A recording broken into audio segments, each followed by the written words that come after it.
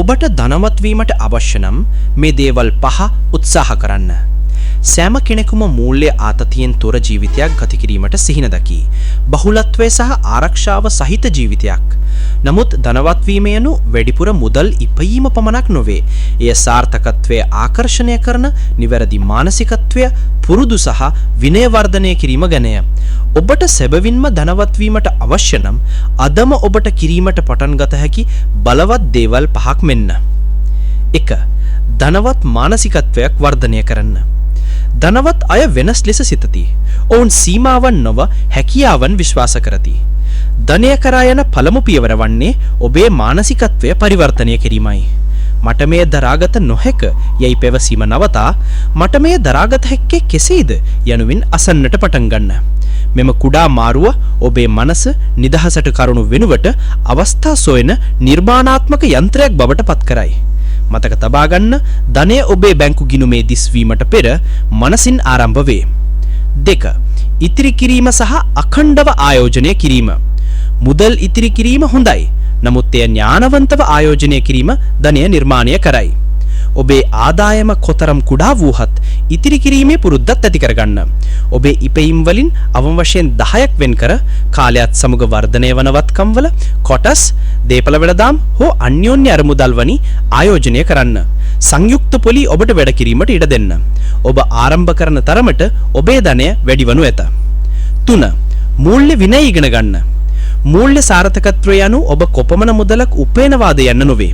ඔබ සතු ඇති දේ කළමනාකරණය කරන්නේ කොහොමද යන්නයි. ඔබේ වියදම් නිරීක්ෂණය කරන්න. ඔබේ වත්කම් වලට වඩා පහළින් ජීවත් වන්න. සහ අනවශ්‍ය ණයන් වලින් වළකින්න. ධනවත් අය මුදල් පාලනය කරන්නට ඉඩ නොදී ඔවුන්ගේ මුදල් පාලනය කරන්න කෙසේදයි දන්නවා. ඔබේ මුදල් සමග ස්වයං විනය දීර්ඝකාලීන සාර්ථකත්වය සඳහා ශක්තිමත් පදනමක් ගොඩනගයි. 4. නිවැරදි පුජ්‍යලයන් සමග ඔබ වටා සිටින්න. ඔබේ පරිසරය ඔබේ අනාගතය හැඩගසවි. පැමිණිලි කරන, මුදල් නාස්ති කරන සහ වගකීමෙන් වැළකී සිටින පුජ්‍යලයන් සමග ඔබ කාලය ගත කරනවා නම් ඔබ අවසානයේදී ඒම කරයි.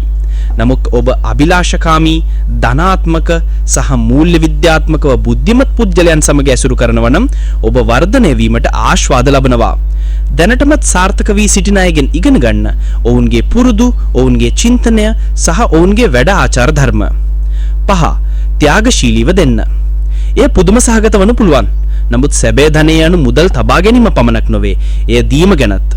ඔබ නිදහසේ දැනමට ඔබ ඔබේ ජීවිතයේ බහුලත්වයේ ප්‍රවාහයක් නිර්මාණය කරයි. ත්‍යාගශීලීත්වය ඔබේ හදවත විවෘත කරයි, ආසාව ඉවත් කරයි සහ ආශිර්වාද ඉල්ලා සිටී.